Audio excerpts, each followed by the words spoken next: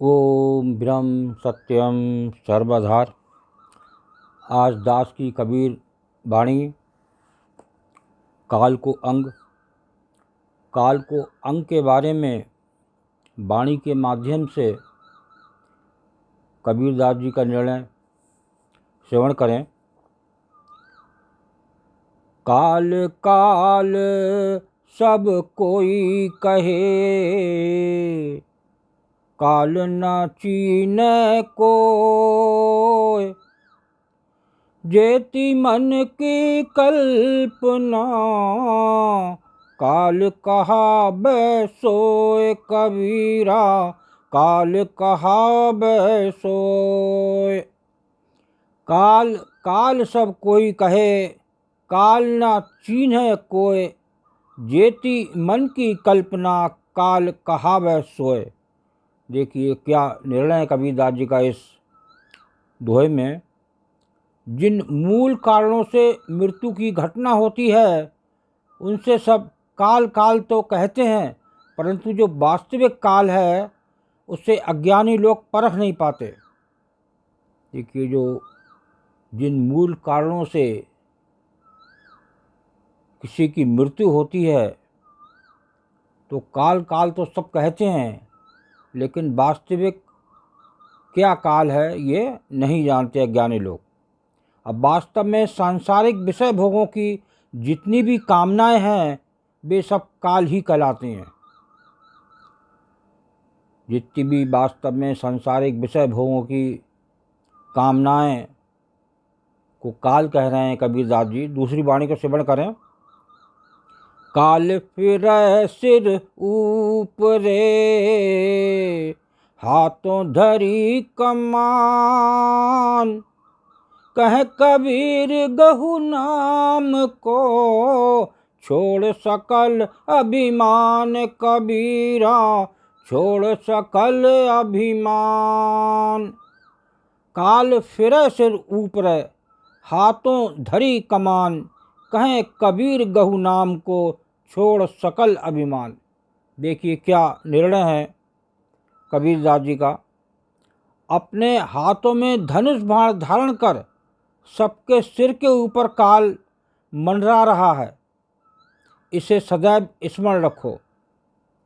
कबीरदास जी का निर्णय, अपने हाथों में धनुष बाण धारण कर सबके सिर के ऊपर काल मंडरा रहा है, इसे सदैव स्मरण रखो।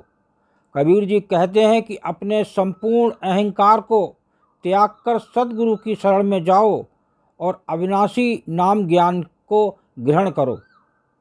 देखिए क्या संदेश दे रहे हैं कबीरदास जी कि अपने संपूर्ण अहंकार को त्याग कर गुरु की शरण पकड़ो और उस अविनाशी नाम के ज्ञान को प्राप्त करो। आगे वाणी को श्रवण करें। जाय झरो के शोभता, फूल न सेज बिछाय।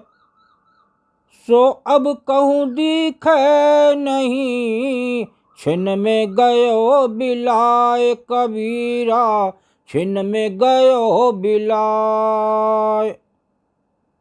जाय झरों के शोभता, फूल न सेज बिछाए। सो अब कहूँ दिखे नहीं, छिन में गयो बिलाय। देखिए क्या संकेत है इस वाणी में। जिनके महल अटारियों के झरोकों से शीतल वायु आती थी और वे फूलों की सैया पर सुख की नींद सोते थे, वे अब कहीं भी दिखाई नहीं पड़ते। देखिए कबीरदास जी इस दोहे के निर्णय में क्या बता रहे हैं। जिनके महल अटारियों के झरोकों से शीतल वायु आती थी और वे फूलों की सैया पर सुख की नींद सोते थे, वे अब कहीं भी दिखाई नहीं पड़ते।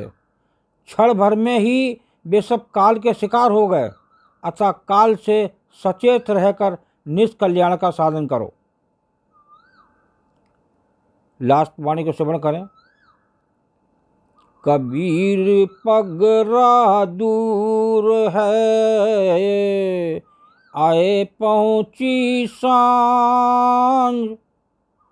जन जन को मत राखता, वैश्या रह गई बांझ कबीरा, वैश्या रह गई बांझ।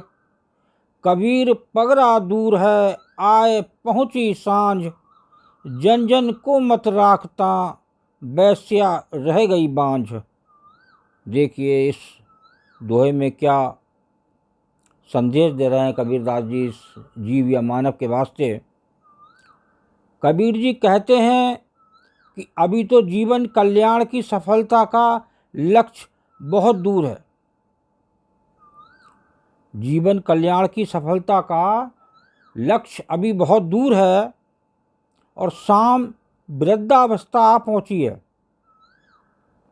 जिस प्रकार वैश्या के अनेक प्रेमी होने पर भी वो बांझ पुत्रहीन रह जाती है। देखिए वैश्या के अनेक प्रेमी होते हैं लेकिन वो फिर भी बांझ यानी पुत्रहीन रह जाती है। उसी प्रकार जन जन की मत धारणाओं के मोह में पड़कर कल्याण साधन से रहित रह गया। देखिए उसी प्रकार बहुत सुंदर निर्णय कबीरदास जी का। उसी प्रकार जन जन की मत धारणाओं के मोह में पड़कर कल्याण साधन से रहित रह गया। जिस प्रकार अनेक प्रेमी होने पर भी वैश्या बांझ रह गई, पुत्रहीन रह जाती है, उसी प्रकार जन जन की मत धारणाओं के मोह में पड़कर कल्याण साधन से रहित रह गया। ये कबीरदास जी का निर्णय।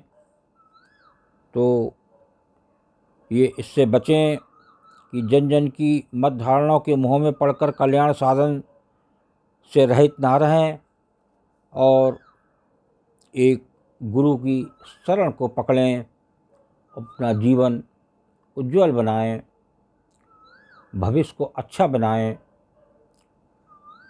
उसी की संसार में गिनती है, बाकी तो सब ऐसे ही चलता है कि जैसे बता रहे हैं सुबह हुई सांझ हुई और बूढ़ा हो गया।